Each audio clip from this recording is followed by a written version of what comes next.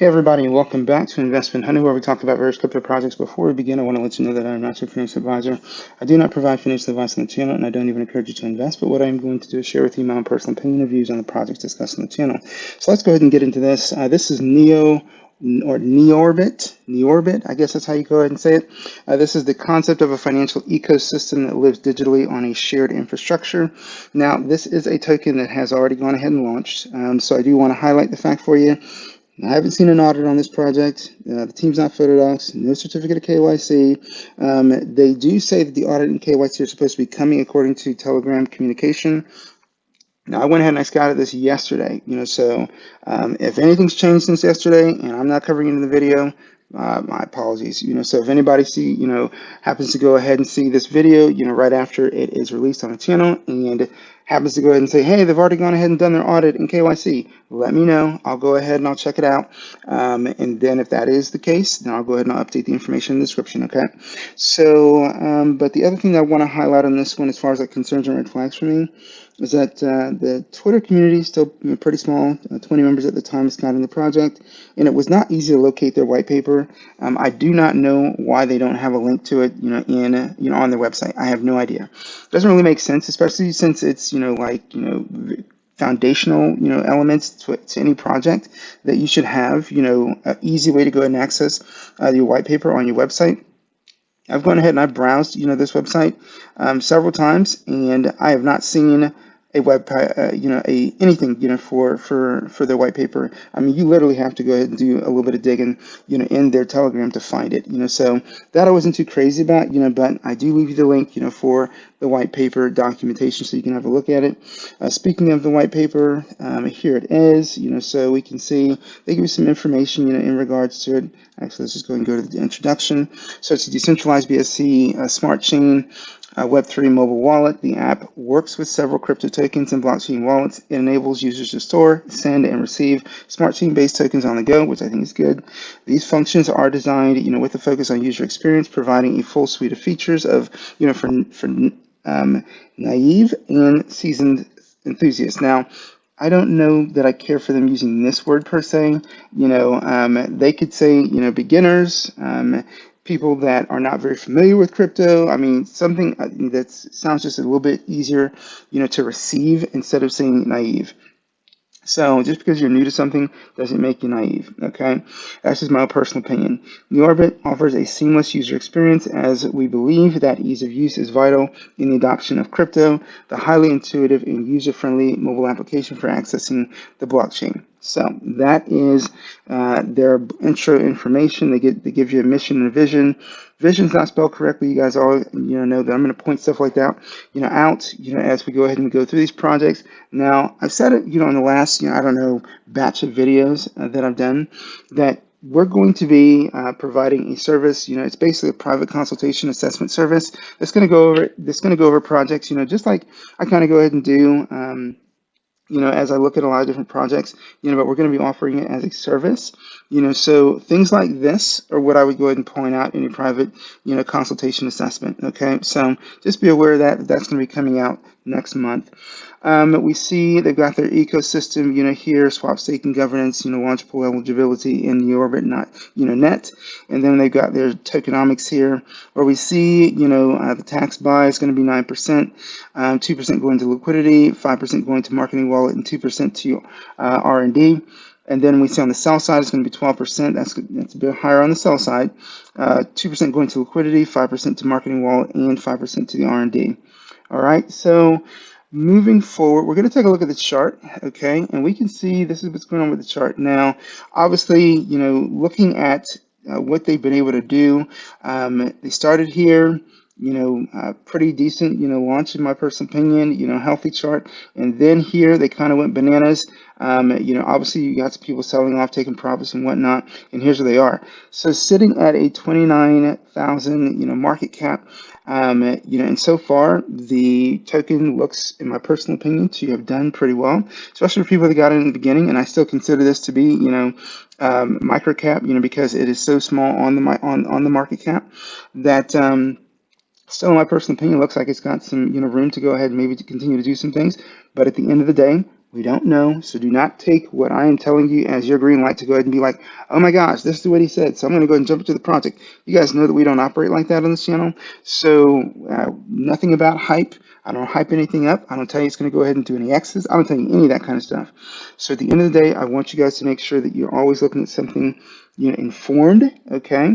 It's all about the information. That should be your goal. The goal is about being informed, so that when you're operating, and should you choose to go ahead and get into a project, which you guys know that we don't even encourage you to invest on this channel, but should you choose to go ahead and do so, you're doing so from an informed position because you've got a ton of details and information about the project that has put you in a position to be able to make an informed decision as to what you do.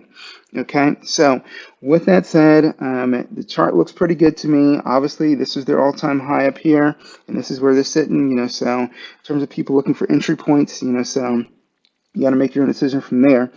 But looking at the rest, of the website, we can see here they talk about the swap your favorite crypto assets, from one to another. Over 1,200 plus crypto assets have been verified and available to trade. Neorbit is going to be the preferred token in the ecosystem. As a preferred token, we plan to use the Neorbit token staking governance, paying transaction fees, and gaining eligibility, and the Neorbit swap launch pool. They also say here it's easy to use, best price guaranteed, lowest possible slippage, and save time. All right, staking here, they give you some information here in regards to that. It's an activity where user locks or holds his or her funds in a crypto wallet to participate in maintaining the operations of a proof-of-stake based blockchain system. It's similar to crypto mining in the sense that it helps a network achieve consensus while rewarding users who participate. All right, and then we get some information in regards to the wallet. The official crypto wallet of Neorbit, you can send, receive, and store Bitcoin and many other assets safely and securely with the Neorbit wallet mobile app. Then we got two buttons here, one for the App Store and the other one for Google Play. And then we see their roadmap here, 4 different phases. Now, looking back in phase 1, we see concept development, business plan development, Neorbit development team, Neorbit digital media, the token launch, marketing, and community reach initiative and website is released. All right, so the swap's released here, auditing the smart contract. We haven't seen the audit yet. V2 on the white paper, marketing and community reach initiative, staking's released in 1,000 holders. And we see here in phase 3, the testnet partnership ETH bridge. So we can see they're trying to expand, their exposure, of the token, CoinGecko and CMC. And obviously, you guys know I don't prefer to see anybody state listing unless you're pre-listed. Other than that, you should be stating that you're submitting the application because you can control when you submit the application. You can't control when you get listed. If you say that you're going to go ahead and get listed in phase 3 and you submit the application, then it may take you days, weeks, or months before you even go ahead and get listed on either platforms because it's not up to you, it's up to them as to when they list you. So that's the reason why I go ahead and mention just to go ahead and state that you're submitting, the application.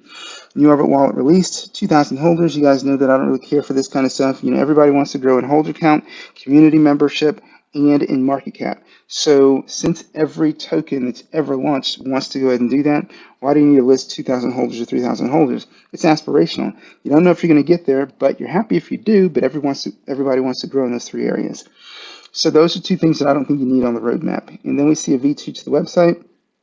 Let's see here, mainnet goes live, Certic, audit's coming, and obviously this is expensive, takes a long time to go ahead and complete, but we do see it here at the end, of the roadmap, which I think if you're going to get a Certic audit done, it doesn't make any sense to go ahead and put this at the end. This needs to be more like in phase 2, when you do the audit smart contract. So you don't mention who you're going to be going through to get this done, but auditing in phase 4 makes no sense to me whatsoever. If you are a token holder that's stuck around with a project until phase 4, why on earth are you going to care about a Certic audit in phase 4? So the audits should be done early. That's just my own personal opinion. It's not me trying to go ahead and throw cold water on the project, but this does not bring value to any token holder getting this done. And to me, as far as the use of funds in phase 4 to do this, your funds in phase 4 should be utilized for growing the exposure of the project, not getting an audit done. Audits are good for people, for buyer confidence, in your early stages. Nobody cares about it at the end. And that's just my own personal opinion. So roadmap, update V2, marketing and community reach initiative, and like I said, they don't need this. So as far as like feedback in regards to the roadmap, I've already given you some of it, but the first thing I want to tell you is we need timelines. We don't get anything as far as what months are going to constitute phase 1, 2, 3, or 4. We don't even know if when we get to phase 4, if we're still going to be in 2022 or not, because right now all we have literally is a list of stuff to do. Okay, we don't see anything in here that's been indicated, like here's what we've already completed, here's what's in process, here's what's pending and ongoing. We don't get any of that information. Your roadmap is an opportunity to communicate with people that have not even made it to your socials yet. Okay, so in my personal opinion, they've got some work they got to go ahead and do in terms of this roadmap. At phase 4, at the end of it, are you done with development? Are you going to be doing a V2 on the road? Well, it does say, roadmap V2. However, and my bad on that. What I do want to go ahead and state here is that even though they're doing a update on the roadmap, okay, is that going to signify like an extension of the roadmap? Is it going to signify, more development on the roadmap? We don't know that. So, and then if you're going to do roadmap update V2, put that at the end, because obviously you don't want to go ahead and be indicating an update, or V2 update to the roadmap and then still have something else coming after it. On your current iteration of your roadmap. So in terms of organization, I would make this the very last thing that you state on your roadmap. So that's going to go ahead and do it for me in terms of roadmap feedback. We are at the end of the website. There's really nothing else to go ahead and share in regards to this project other than still pretty early, on the project. They've been doing well in terms of price action and activity.